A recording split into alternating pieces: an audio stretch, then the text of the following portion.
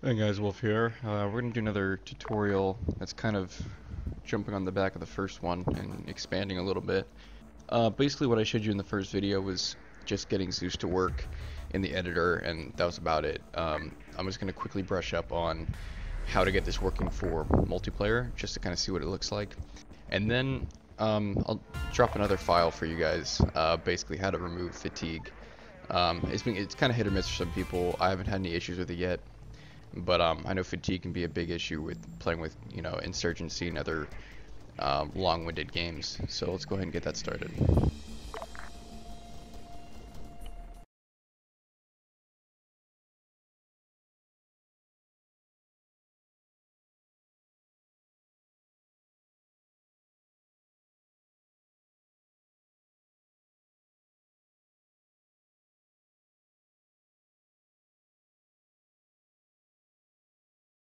Alright, so I'm going to go ahead and open up my tutorial mission.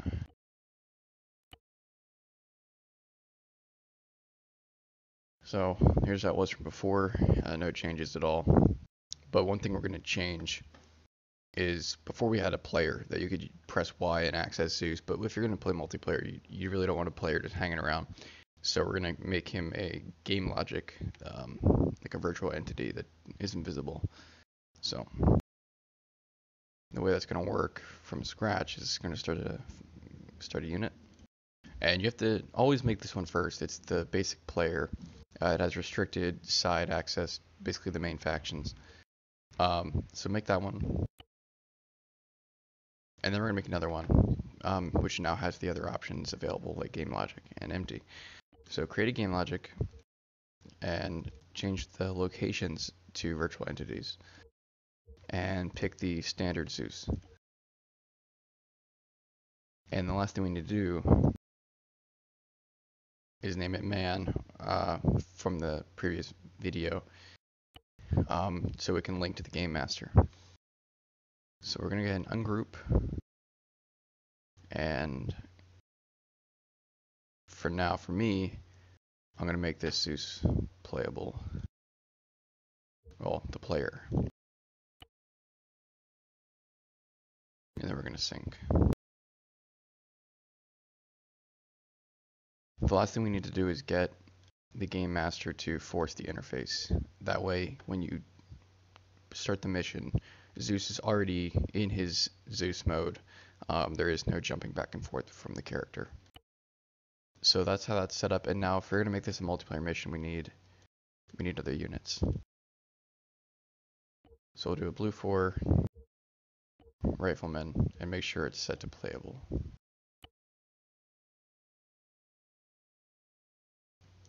And we'll just make a few more.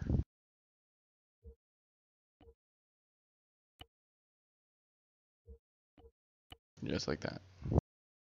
So there's your players. Basically, if you were to have a multiplayer server set up or some type of private server, if someone joins in, these are the people they'd be having the ability to join into. And they don't have to be just blue 4, that can be whatever, but this is more for an example. So once that's in, we're going to go ahead and preview. And yeah, here's the custom startup text from the description.ext from the first video, showing the Dead Center Gaming mission. And if this should work, the file from last video will show that now that there are units on the ground, there's an actual game to play, basically. It recognizes that Zeus has a mission now, as its own entity, so you gotta follow along with it and add the player respawn. And normally it'll give you other tasks as well, just like the main Bohemia mission that they give you for Zeus. But since we're restricted and only have the blue 4, it's only gonna give me that ability. All right, so that's how that works. Everything there is set as it needs to be. So the last thing we're gonna do, and this is just kind of a nice function to have in your multiplayer server, is to disable fatigue. It's pretty simple. Go out of here and once again go to Documents, Arma 3 or other profiles, your name, missions, and the mission that you're loading up, mine's tutorial.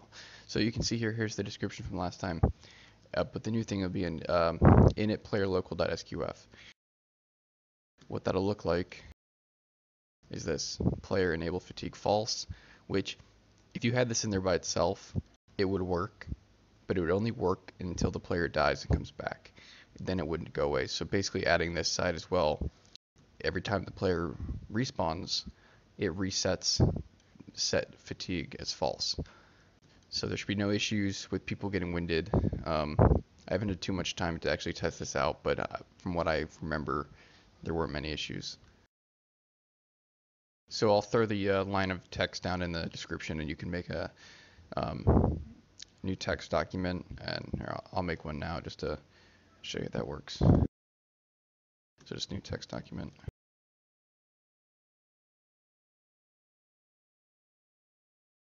initPlayerLocal, and copy and paste this.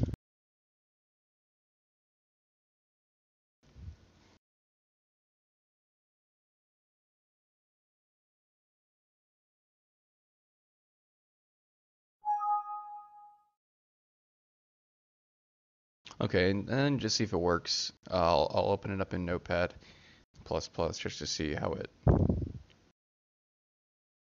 if it actually worked properly. So yeah, this is the one I made from a text document, changed to an SQF format. Obviously it shows the proper lines and everything in Notepad, so you can do that from your computer with no issues.